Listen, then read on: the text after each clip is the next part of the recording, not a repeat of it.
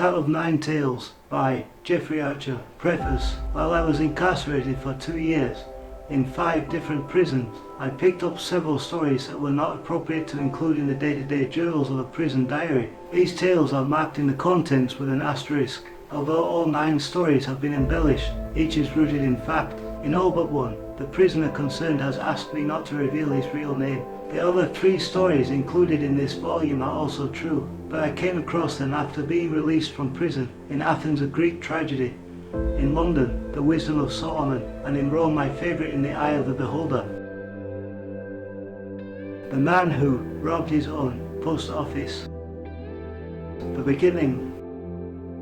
Mr. Justice Gray stared down at the 2 defendants in the dock. Chris and Sue Haskins had pleaded guilty to the theft of £250,000 being the property of the post office and to falsifying 4 passports. Mr. and Mrs. Haskins looked about the same age, which was hardly surprising as they had been at school together some 40 years before. You could have passed them in the street without giving either of them a second look. Chris was about 5'9", his dark wavy hair turning grey, and he was at least a stone overweight. He stood upright in the dock, and although his suit was well worn, his shirt was clean and his striped tie suggested that he was a member of the club.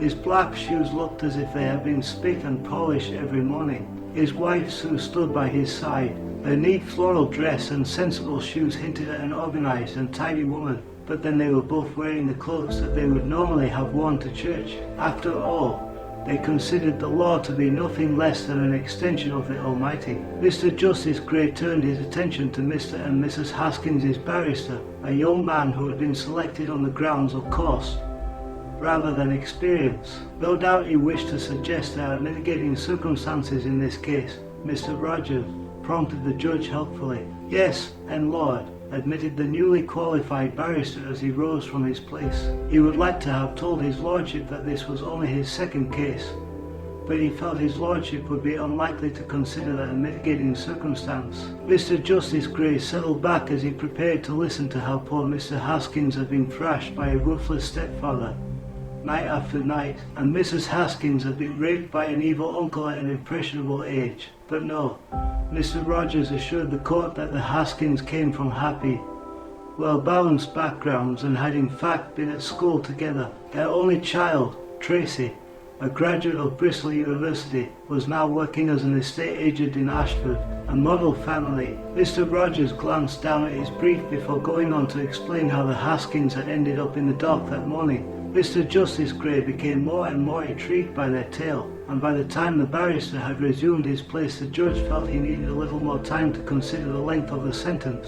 He ordered the 2 defendants to appear before him the following Monday at 10 o'clock in the forenoon, by which time he would have come to a decision. Mr. Rogers rose a second time. You were no doubt hoping that I would grant your client's bail, Mr. Rogers, inquired the judge, raising an eyebrow. And before the surprised young barrister could respond, Mr. Justice Gray said, "Granted." Jasper Gray told his wife about the plight of Mr. and Mrs. Haskins over lunch on Sunday. Long before the judge had devoured his rack of lamb, Vanessa Gray had offered her opinion, sentence them both to an hour of community service, and then issue a court order instructing the post office to return their original investment in full, she declared, revealing a common sense not always bestowed on the male of the species. To do him justice, the judge agreed with his spouse, although he told her that he would never get away with it. Why not? She asked. Because of the 4 passports. Mr. Justice Gray was not surprised to find Mr. and Mrs. Haskins standing dutifully in the dock at 10 o'clock the following morning. After all, they were not criminals. The judge raised his head, stared down at them and tried to look grave.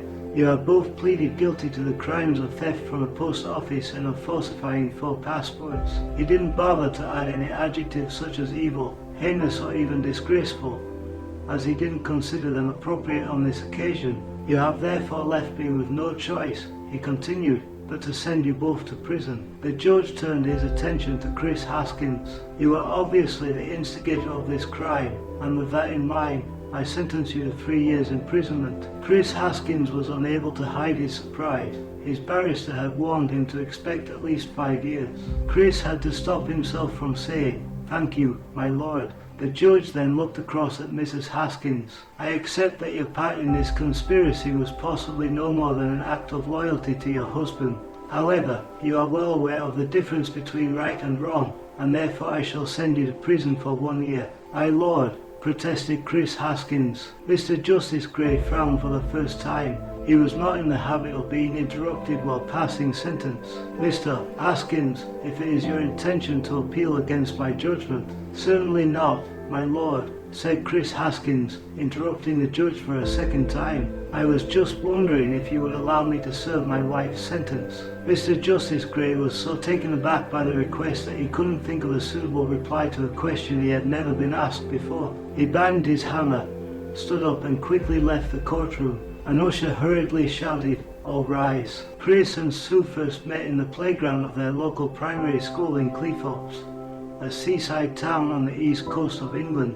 Chris was standing in a queue waiting for his third of a pint of milk, government regulation for all schoolchildren under the age of 16. Sue was the milk monitor. Her job was to make sure everyone received their correct allocation.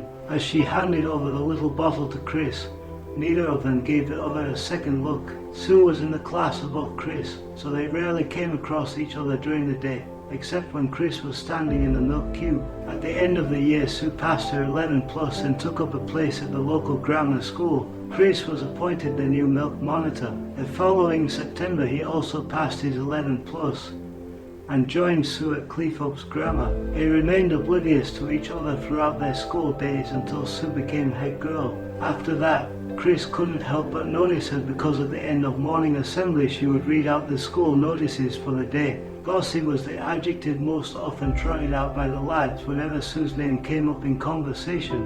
When Sue left at the end of the year, Chris once again forgot all about her. He did not follow in her illustrious footsteps and become head boy, although he had a successful, by his standards, if somewhat uneventful year. He played for the school's second 11 cricket team, came fifth in the cross-country match against Grimsby Grammar, and did well enough in his final exams for them to be unworthy of mention either way.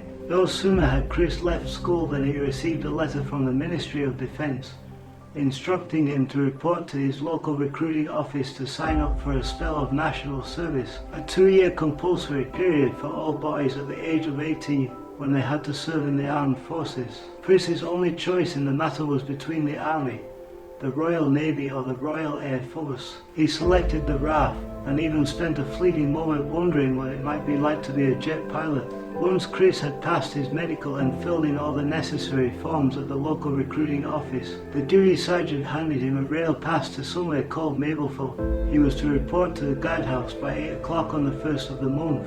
Chris spent the next 12 weeks being put through basic training, along with 120 other raw recruits. He quickly discovered that only one applicant in 1,000 was selected to be a pilot.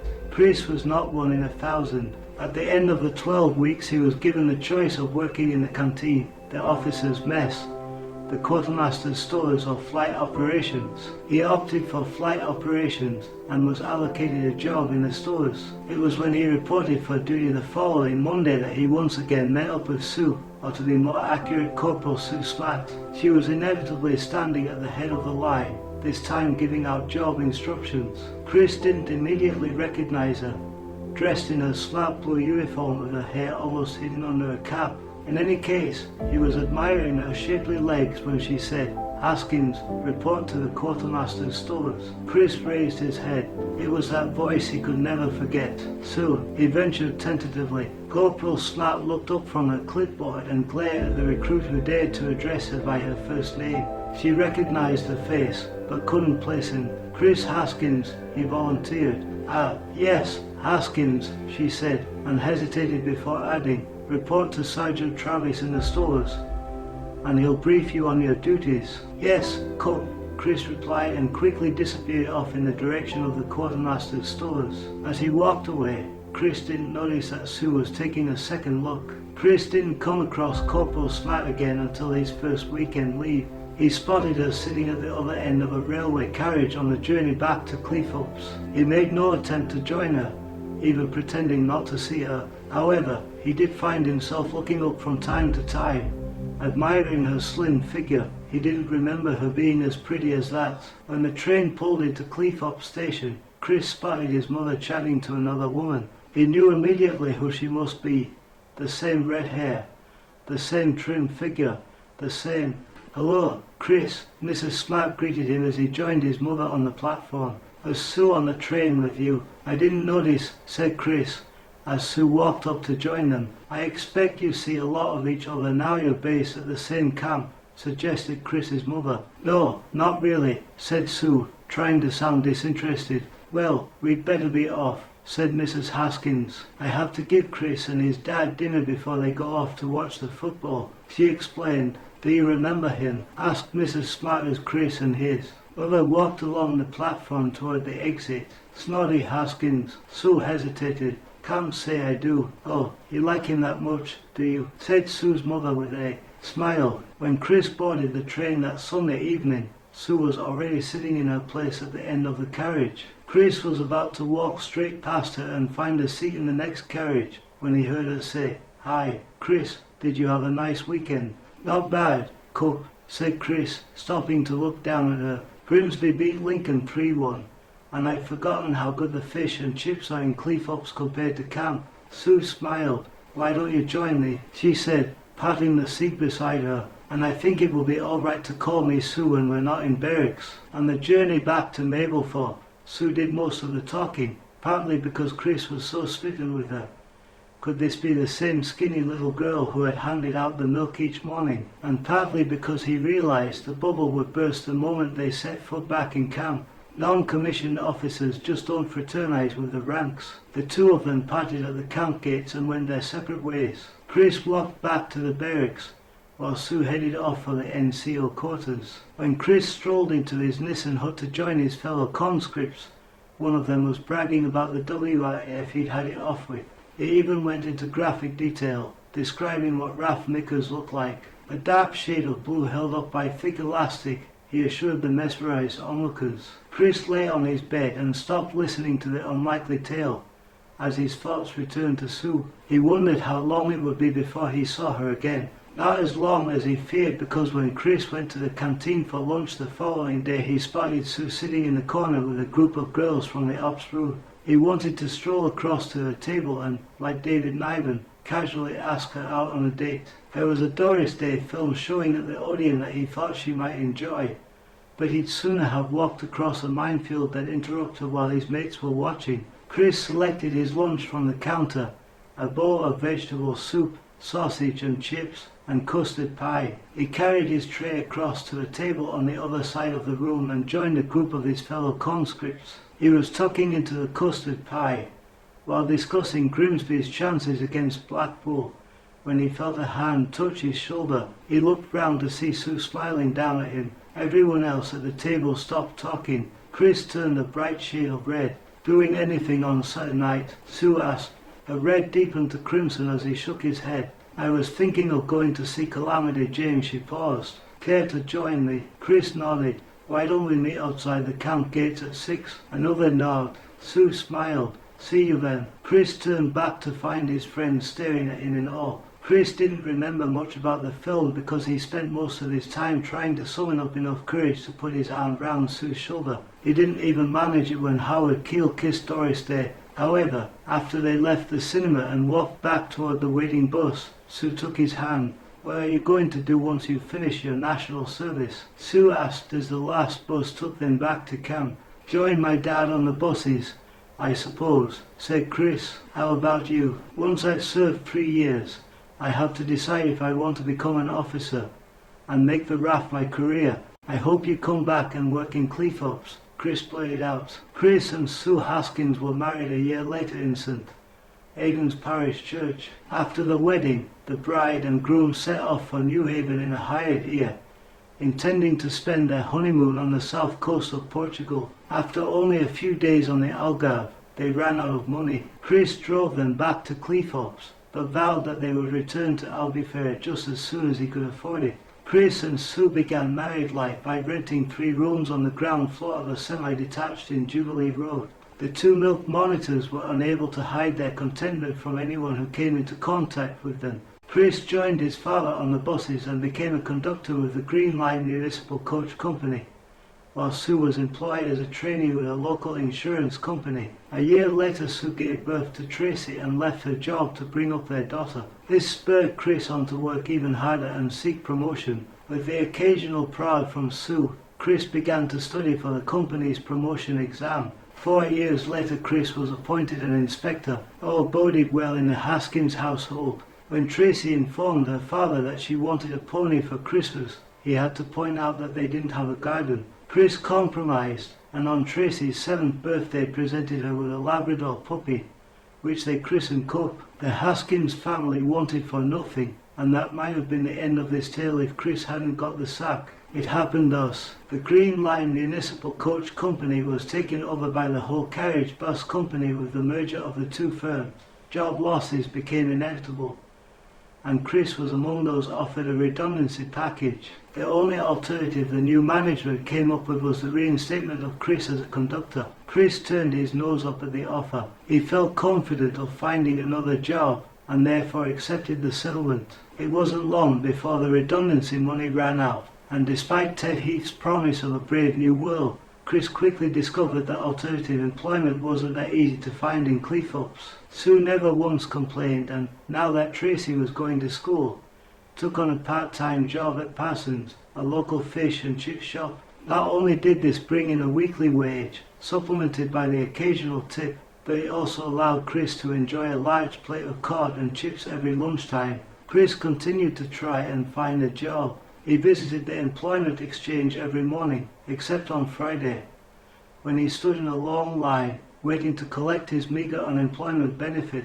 After 12 months of failed interviews, "I'm sorry, you don't seem to have the necessary qualification," Chris became anxious enough to seriously consider returning to his old job as a bus conductor. Sue assured him that it wouldn't be long before he was once again promoted to inspector. Meanwhile, Sue took on more responsibility at the fish and chip shop and a year later was made assistant manager. Once again, this tale might have reached its natural conclusion, except this time it was Sue who was given a notice. She warned Chris over a fish supper that Mr. and Mrs. Parsons were considering early retirement and planning to put the shop up for sale. "How much are they expecting it to fetch?" "I heard Mr. Parsons mention the figure of £5,000. "Then let's hope the new owners know a good thing when they see it," said Chris, forking another chip. "The new owners are far more likely to come with their own staff. Don't forget what happened to you when the bus company was taken over." Chris thought about it. At 8:30 the following morning, Sue left the house to take Tracy to school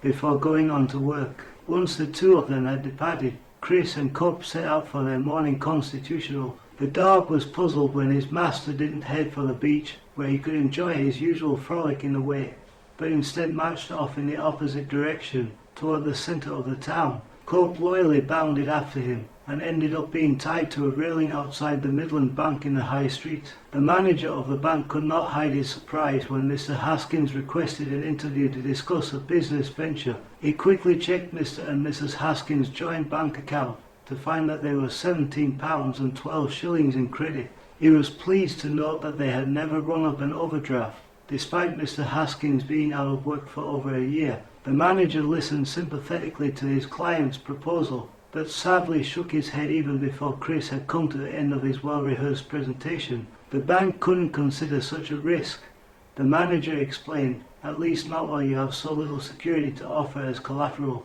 You don't even own your own home, the banker pointed out. Chris thanked him, shook him by the hand and left undaunted. He crossed the high street, tied Cup to another railing and entered Martin's Bank. Chris had to wait for quite some time before the manager was able to see him. He was greeted with the same response, but at least on this occasion the manager recommended that Chris should approach Britannia Finance, who, he explained, were a new company specializing in start-up loans for small businesses. Chris thanked him, left the bank, untied Cup and jogged back to Jubilee Road, arriving only moments before Sue returned home with his lunch, cod and chips. After lunch, Chris left the house and headed for the nearest phone box. He put 4 pennies in the box and pressed button and the conversation lasted for less than a minute. He then returned home, but didn't tell Sue who he had an appointment with the following day. The next day Chris waited for Sue to take Tracy off to school before he slipped back upstairs to their bedroom. He took off his jeans and sweater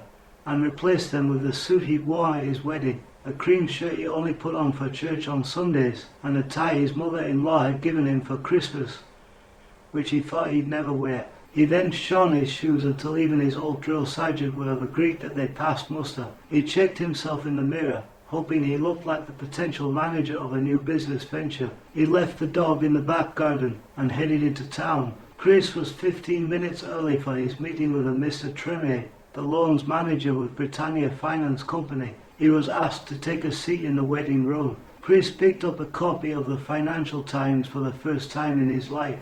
He couldn't find the sports pages. 15 minutes later, a secretary ushered him through to Mr. Tremain's office. The loans executive listened with sympathy to Chris's ambitious proposal, and then inquired, just as the two bank managers had, "What security do you have to offer?" "Nothing," replied Chris without guile, "other than the fact that my wife and I will work all the hours we're awake, and she already knows the business backward." Chris waited to hear the many reasons why Britannia couldn't consider his request. Instead, Mr. Tremain asked, "As your wife would constitute half of our investment, what does she think about this whole enterprise?" "I haven't even discussed it with her vet," Chris blurted out. "Then I suggest you do so," said Mr. Tremain, "and fairly quickly, because before we would consider investing in Mr. and Mrs. Haskins, we will need to meet Mrs. Haskins in order to find out if she's half as good as you claim." Chris broke the news to his wife over supper that evening. Sue was speechless.